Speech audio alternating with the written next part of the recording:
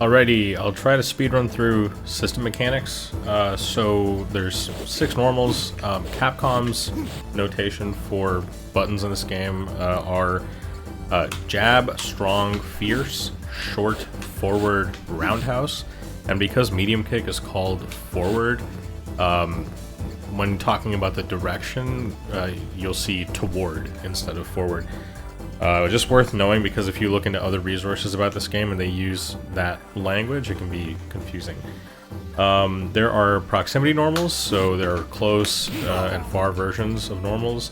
There are command normals, so here's Akuma standing strong and then here's toward strong.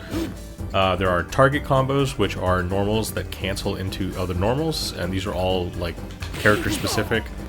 And then there are chains, which are normals that can be cancelled into themselves. So usually that's just the lights for most characters.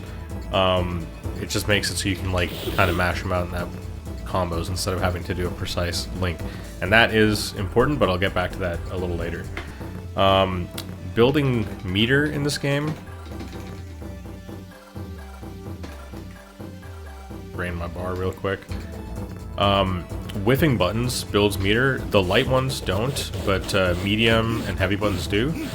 Any command inputs also build meter, which includes like taunt, doing a special, etc. Attacking builds a lot of meter. You build a significant amount of meter even if your opponent is blocking. So you're generally rewarded for attacking a lot in this game when it comes to meter economy. There is the universal overhead. Oh, by the way, note that Ryu also gains some meter there. You gain a little bit of meter for taking damage. Yeah, there's universal overhead, which is both medium buttons at the same time. Just gives everyone in the game access to an overhead. The timing is pretty much the same for every character in the game, but their hitboxes vary a little bit. Throw is both lights, and Kara throws are a big deal in this game.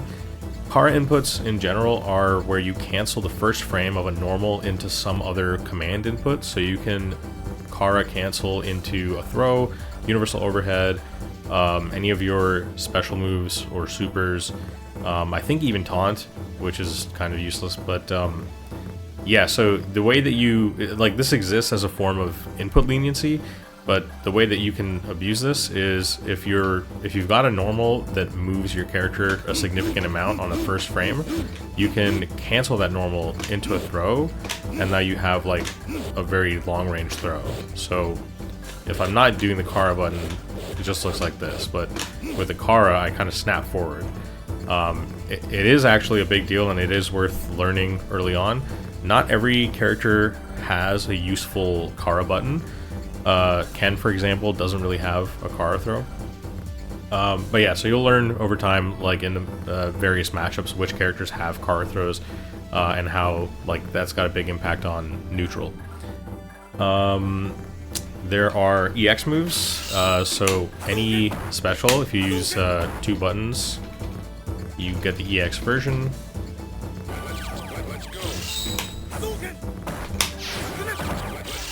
And EX moves all consume the same amount of meter. Not every special move in the game has an EX version. Akuma is an example of a character that, like, he has no EX moves. There is chip damage in this game, and generally every hit of any special or super move deals 1 dot of chip damage, but there are exceptions. So there are moves that have a lot of hits, and those moves will do like 1 dot of chip damage on every other hit or something like that, just to keep the total chip damage not too crazy. And then there are moves where it does a lot more chip damage in a single hit. And chip damage can KO in this game. There is a bonus to crouching damage, so you see here I'm doing 19 damage to Ryu with my Stand Fierce, but if he is crouching, it does 24. So I think that it's like a 25% increase to damage on crouching, which is pretty significant. You also take 1 extra frame of Hitstun when you're crouching, so there are certain links that only work against crouching targets, and that's going to be important for Ken, but I'll get into that later. The stun gauge. So stun in this game, the actual length of the stun gauge is dependent on the character. So Akuma, for example, has a very short stun bar. And let's see here. When you stun someone, the moment that you stun them, during that combo, like that stunned them, not the combo that you do after they've been stunned, but the combo that actually stuns them, they take 1 extra frame of hit stun, and they can't be air reset. So there are certain like stun specific combos, and they're not super uncommon to see. So Akuma, for example, you might see something like this. And like that is a stun specific combo. You can't do that outside of stun. Okay, there's tech rolling, so you tap down the moment you hit the ground, and that's how you quick rise. I would practice this a little bit because the timing can be kind of strict, and it can be a little punishing sometimes to miss a tech. If you ever get knocked down by super, that causes hard knockdown, and you cannot tech. And this is also pretty important because that's how you set up a lot of like post-super ambiguous cross-up type scenarios. That's a pretty common thing in this game. What else? Right, there's parry, obviously, so there is high parry, and there's low parry. You parry high by tapping toward at the moment of impact. You parry low by tapping down. There's also air parry.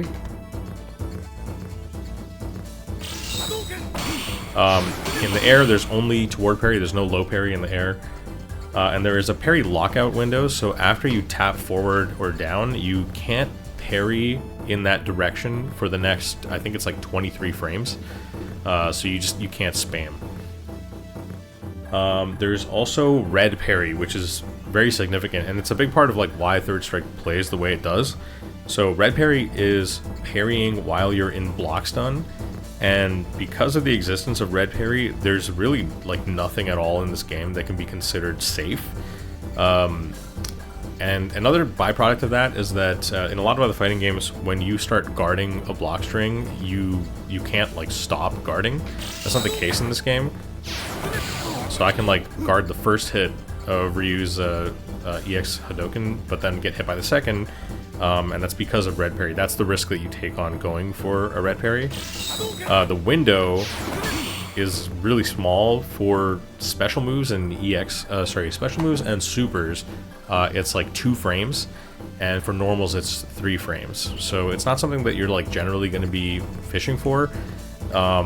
It's more like you'll have to red parry sometimes to get out of like a chip KO situation, or there are certain things in certain matchups where the risk reward is just in your favor to go for it. Even if you like get hit, you'll be fine. So you'll kind of pick that up over time with experience. Taunts, or as you might hear, PAs, personal action. I think any resource you look up that's more like Japanese is gonna call it a PA. The taunts in this game all have a function, and it's specific to the character. For some characters, it's a very integral part of their game plan to get their taunts. For others, it's something that you just kind of stick in here and there when it's safe. So for Akuma, his taunt gives him bonus damage and stun on the next combo. So if I can do a combo like that, 53 damage, 34 stun. If I taunt, 72 damage, 40 stun. So it's a pretty big improvement. You'll also just kind of learn over time like what all the characters' taunts do. Maybe like half the cast will ever use them. It's like kind of niche, but it's just worth keeping in mind. I think the standout ones are Q is a character that is like very dependent on his taunts. He can taunt up to 3 times in a round, and each one increases his defense by a lot. If he gets all 3 taunts, he has like double the health bar he started with. So it's like a very core part of his gameplay to like knock you down, try to get a free taunt in every time he like scores a knockdown. Outside of Q, the rest of the cast, it's like, you know, if they stun you, they might taunt because they have time to. Akuma, like, I might end a combo with this, and then I get a free taunt because, you know, I just have so much advantage at the end of that combo. Yeah. There's this concept of juggle potential, and you can think of it as this invisible meter that starts at 6, and every move in the game has a property that determines how much it reduces your juggle potential. So this is basically like in air combo infinite prevention. The way that it actually works can get pretty complicated, but just like the model of like you start with 6 and then every move takes away some amount until you can't juggle anymore, it works pretty well. It's pretty easy to understand. I think with Akuma and Ken, it's not super relevant. Like, juggle potential becomes a lot more relevant with characters like Urien and Oro and stuff like that have like long air combos. And then just a couple notes on execution. So there is negative edge in this game, which is, you can see my input display in the top left. I'll actually put on the history so it's easier to see. So negative edge is, you can input a special or super move by pressing the button, but also by releasing the button. And the way that you can use that to make certain like combos easier to do is by double tapping. So for example, Akuma has a juggle where he can go from medium Tatsu to medium Dragon Punch. And if you look at the input display there, you can see that I'm double tapping my punch. So I'm pressing it on one frame, releasing it the next frame, and then pressing it again, and then releasing it again the next frame. So that gives me 4 consecutive frames that will count for my special input. So that link is quite hard. I think it's a 1-frame link, but because of negative edge, it's functionally, it's like a 4-frame link. It just becomes a lot more lenient as long as you're able to double tap consistently. So I would practice that. It's worth going into training mode and turning on input display and making sure you're doing that correctly. And for combos like this that depend on a juggle like that, it's like, I mean, it's pretty much mandatory that you go for those double taps every time you execute a combo like that, so it's worth getting comfortable with. Pianoing inputs is another concept, so if I go for a confirm like this, I was late there, but I'm gonna piano the inputs, which is like the ideal piano looks like that. It kind of makes this like pyramid in the input display. The frame numbers should all be like 1 frame. And it's basically the same idea as like you're maximizing the window that you have to get your special or super move out by using negative edge. So I'm like pressing fierce, then pressing medium punch, then pressing light punch, and then letting go of each one successively, and that gives me like a 6-frame or 6-frame window to hit my confirm. And that just makes it a lot easier to land those confirms. I can't believe I'm missing this. There you go. Yeah, I think that about does it for general system mechanics.